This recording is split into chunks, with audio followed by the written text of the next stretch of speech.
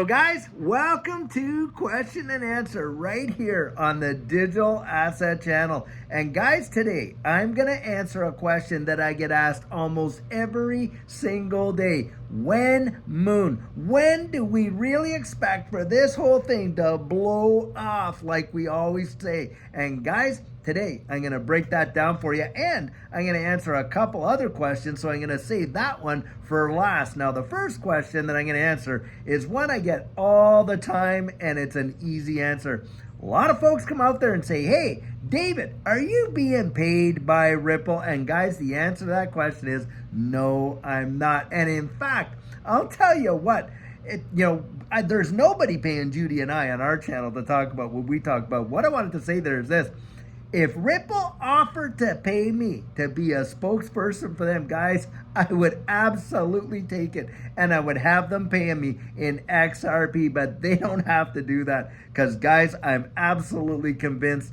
And when I get out here and I share these things with you, I'm giving you my 100% biased opinion, absolutely for certain. And I tell people that all the time because, listen, I share my convictions with you, but of course I can't give you the confidence that goes with that. That's where you got to dig up the answers for yourself. And by the way, it has been my experience that the answers we find for ourselves are the ones we absolutely trust the most, to be sure. So guys, there you go. That's the answer in a nutshell. I've been wanting to say that. I've said it a few times, but just getting that right out there. No, I'm not paid to share it. Absolutely convinced it revolutionized my life. Yeah, it did. And guys, I'm already sold. No one has to convince me, and I love them to pay me, but they don't. Now, the second question. Now, this one is a very big one that I think this space really is looking for a solid answer on. And the question comes down, hey, why are we needing to see all of these stable coins in this space rather than just deal with the native assets on these ecosystems? And guys, I'm going to throw it out to you this way. When you're thinking about stable coins, you have to think about it in a different capacity than you do the utility of these various digital assets or the native tokens on the various ecosystems. And the reason for that is, when we're dealing with stable coins, it's a liquidity provider. Remember, it's stable. It's pegged to whatever, in most cases, the US dollar, but it could be the Canadian dollar, the UK pound, could be the Australian dollar, could be any other denominated central bank issued asset, monetary instrument that stable coin is tied to. Now, you would think, well, why do we need that when we can just have, those monetary instruments? Well, guys, stable coins provide liquidity in this marketplace. And think about it in this way. You're dealing with cryptographic assets that, you can find in liquidity pools, automated market making, on and on and on. Well, obviously, you cannot use fiat in those circumstances. So this is where a stable coin comes in and literally fits that bill. It's not an investment because, of course, you're not expecting to see any kind of appreciation. You're just seeing it stay stable with the monetary instrument that it is backed by. And that's the kind of way, or that it's tied to, right? That is a stable coin. It's stable to that asset. And it's used for liquidity purposes, especially as trading pairs, liquidity pools, like I said, market makers, and on and on and on. And that is the function that it fulfills. Now, when you're dealing with native assets in this space, you're dealing with something completely different. There's a unique utility that can be associated with those. And like, for instance, with XRP's primary utility out there is absolutely to solve nostro vostro, so that we can have a bridge asset between central bank digital currencies and things like that. And it has the XRP ledger is literally one of the fastest consensus algorithms that there absolutely is. And XRP functions like that. Now, Ripple has come out and they have said, listen, we are going to participate in the stablecoin market. I mean, you're talking $3 trillion market, and we want to be a big player in there. Now, I guess the SEC has taken its sights at Tether right now. And we have all had our questions about Tether, right? Because nobody truly knows what is genuinely backing Tether in that capacity. I mean, they've undergone some kind of audits and things like that, but it always seems that there's questions and questions left over. And it would not surprise me, guys, Tether right now is about $111 billion. That's what it is. And should that collapse, boy, I'll tell you, you are going to see some shoes drop in this space. But will we be able to recover from that? I absolutely believe it. But this is where regulatory clarity and stablecoin legislation is going to play a huge, huge part, massive part. And with Ripple coming out, offering their own stablecoin that is going to be tied to the US dollar and either backed through monetary instruments or the US dollar itself, it's going to play an absolutely amazing role in this space. I genuinely do feel that. And there are going to be opportunities there. And it is not to supplant XRP. Brad Garlinghouse literally came out and said that, and I was physically present when he did. And that video that's trending out there on X where Brad Garlinghouse says, hey, anybody out there that thinks that Ripple is abandoning XRP or isn't going to back it has lost the plot. Guys, I took that video with my phone, uploaded it onto my channel. Some guy sniped it off of there and they shrunk it right there. But, you know, I went out on X and I said, hey, I don't mind you using my material. Just, you know, tell them where you got it from.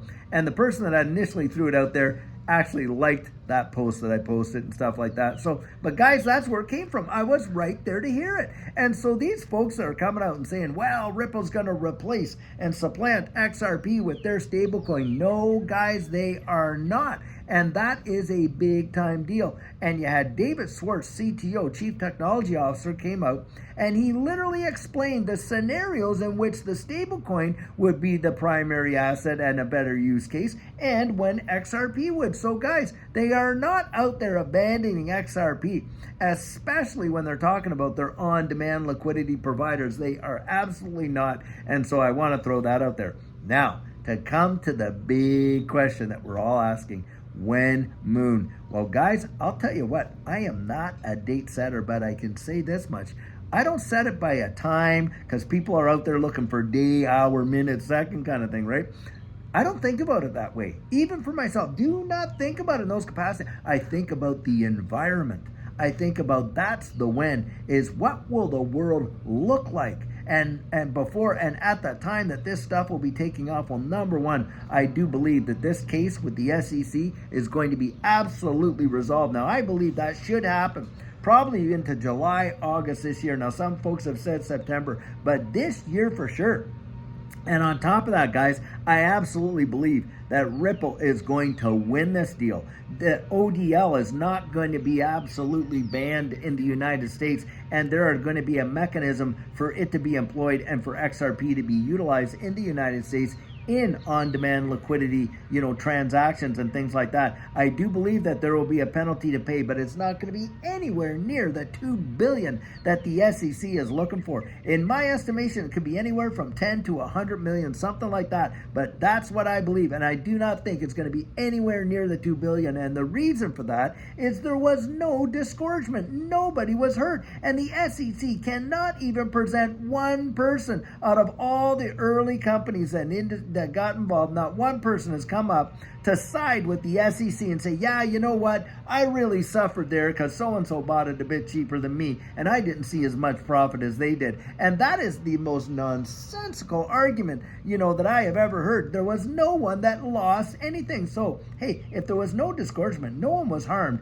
then there's no interest with that. And that's where they were looking at, what, 860 billion, then 860 million, and adding what, another 200 million on there for for interest. That's 1 billion, and the other billion was all the penalty side. I just don't believe they're ever going to get that. I absolutely do not. Now, a lot of people have the conjecture, well, do you think then the SEC is going to appeal it? No, guys, I don't. Do you know why? Because I think they know they're on a losing game.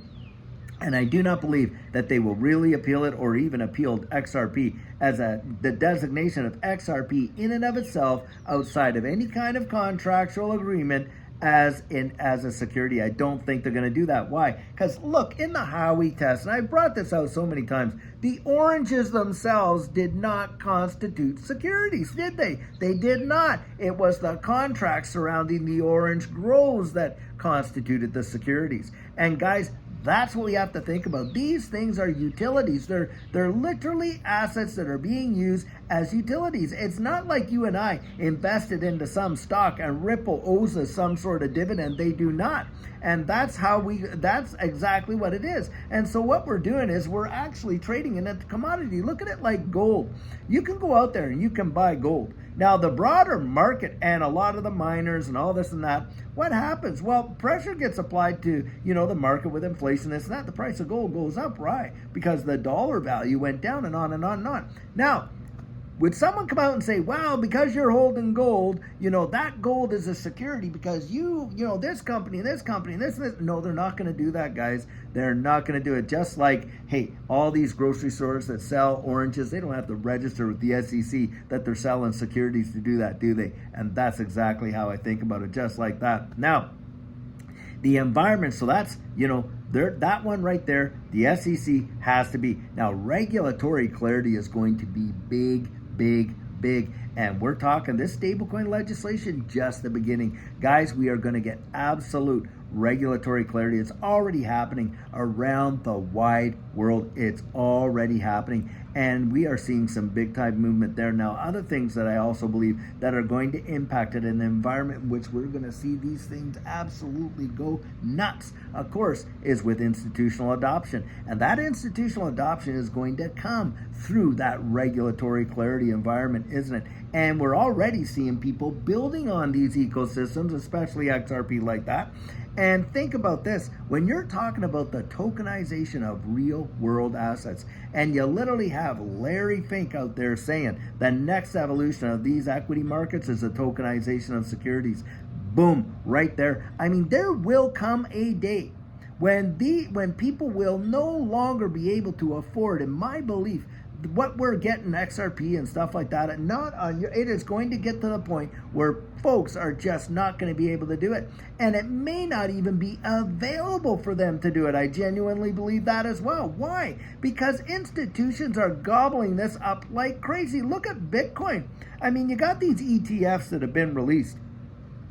And of course, with these ETFs, spot ETFs, they have to hold the underlying asset. Well, who holds the majority of Bitcoin now? Well, it's all these big ETFs, aren't they? They literally have cornered the market. In fact, they're gobbling up faster than the miners can create the Bitcoin. And think about that. It's the supply and demand quotient is going to go crazy because you're just not going to be able to get it at the point when you see institutional adoption. They got all the infrastructure, ducks in a row and all that. It's not going to be as available. I genuinely believe that as it is today. Now, a lot of people are not thinking that far down the road. You know what they're thinking? Day-to-day little price action like this. Guys, I think of it in terms of value. And I like to use this example. What will $100 today be 5 years from now? Well, it's still going to be $100, isn't it? But what will that $100 buy you 5 years from now? Big difference. You see, XRP, there may come a day you're going to see, I really believe you are going to see numbers that most people cannot even digest. Now, that is my personal conviction. I don't go out there giving price predictions. Oh, I report them. I actually get on there and I share with you these articles that a lot of these technical analysis guys are coming out with, and the confluence that's there is truly amazing. But guys, I don't go out there and do the charts myself. I don't go out there and make these price predictions, but I absolutely report them. Now, I have my numbers that I am convicted about, and this is where I leave it up to you because, hey, it has to measure against your risk tolerance, not mine. And that's where it is. And guys, when we see the environment that is coming, and it could happen so fast, literally we could see things happen really way faster than what most people think. Now, do I see 2024 and 2025 as being good years for this digital asset space?